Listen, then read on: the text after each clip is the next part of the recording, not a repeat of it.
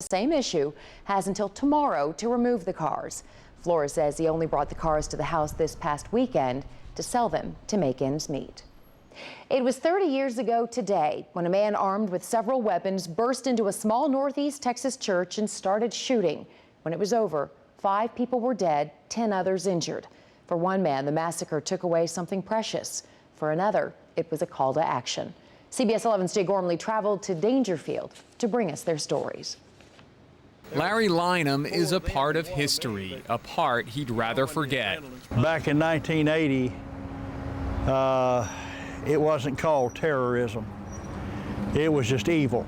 30 years ago, evil came in the form of a teacher turned crazed killer in a small Texas town. This literally grabbed a nation. 350 people were packed into First Baptist Church of Daingerfield for Sunday services.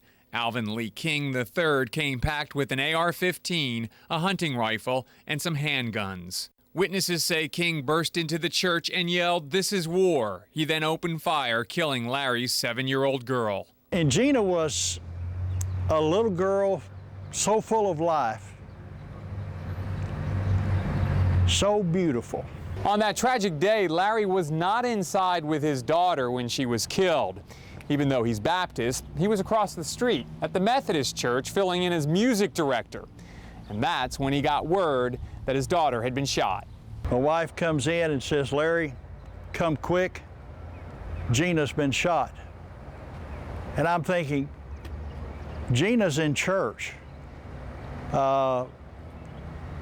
People don't get shot in church. What haunts Larry to this very day is that his daughter asked if she could sing with him at the Methodist church.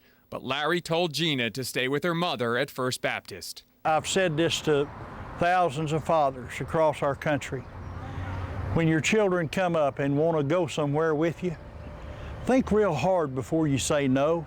When it was over, 5 people were dead and 10 others were injured. No one knows what set off Alvin King. We do know he was about to go on trial for the rape of his daughter.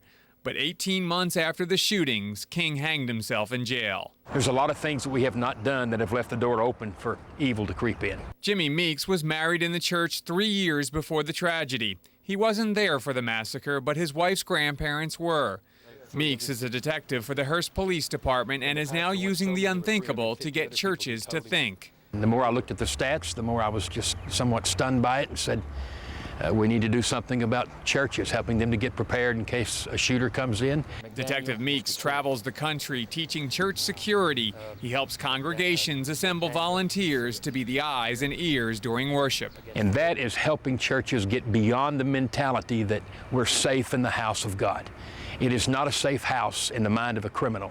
2 men, 2 paths. One teaches that a safe house is not always a safe place. The other shows us that sometimes time doesn't always heal all wounds. I know our psychiatrists and our psychologists and our counselors of today are always saying we need to bring about closure. I don't have any of that. And quite honestly, I don't know what that is.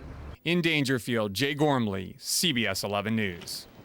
A new poll shows the Texas governor's race is in a dead heat.